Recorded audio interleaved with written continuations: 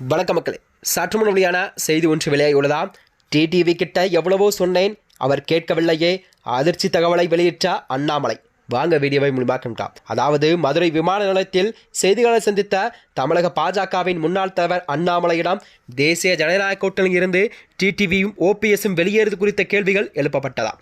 அதற்காக தேசிய ஜனநாயக கூட்டணிக்கு திரும்ப டிடிவி தினகரனும் ஓபிஎஸ் அவர்களும் மீண்டும் வர வேண்டும், என்டிஏவில் இருக்க வேண்டும் என்பதை தொடர்ந்து நான் வலியுறுத்தி கொண்டிருக்கிறேன் என்று அண்ணாமலை அவர்கள் தெரிவித்திருந்தார். இரண்டு தலைவரிடமே தொலைபேசியில் பேசுவதற்கு வாய்ப்பு கிடைக்கும் போதுதான் அதைத்தான் நான் சொல்கிறேன். ஆனால் டிடிவி அவர்களும் குறிப்பாகவே அதே கருத்தை வலியுறுத்தி கொண்டேதான் இருக்கிறேன். முதலிருந்து கொஞ்சம் பொறுத்து இருப்போம், ஒரு முடிவு எடுத்திருக்கிறார்கள். எப்பொழுதுமே ஒரு முடிவு எடுப்பதற்கு கொஞ்சம் ஆழம் அவகாசம் கொடுத்தீங்கன்னா தான் எல்லோருக்குமே அந்த டைம் வேணும் என்று செட்டில் ஆகிறதுக்கும்.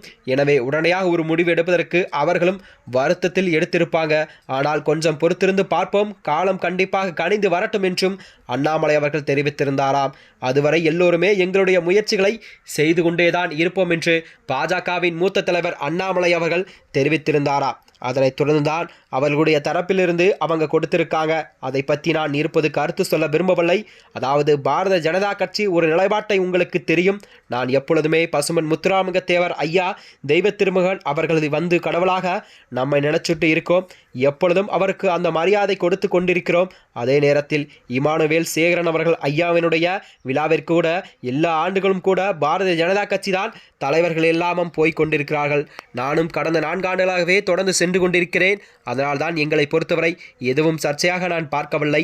பொறுத்திருப்போம். இது ஒரு பெரிய விஷயமாக நான் பார்க்கலை. எல்லோரும் அவங்களை கருத்துக்களை வைத்திருக்கிறார்கள். அதனால்தான் இதுவும் எங்கேயும் சண்டை ஏற்படுவதற்கு ஒரு சூழ்நிலை அப்படியெல்லாம் பார்க்கல.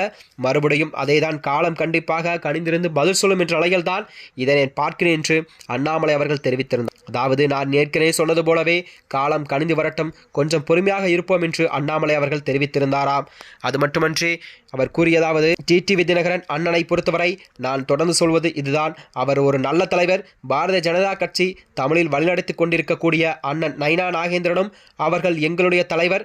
அதனால் இங்கேயும் கருத்துக்கள் வேறுபாடுகள் இடம் இருக்காது.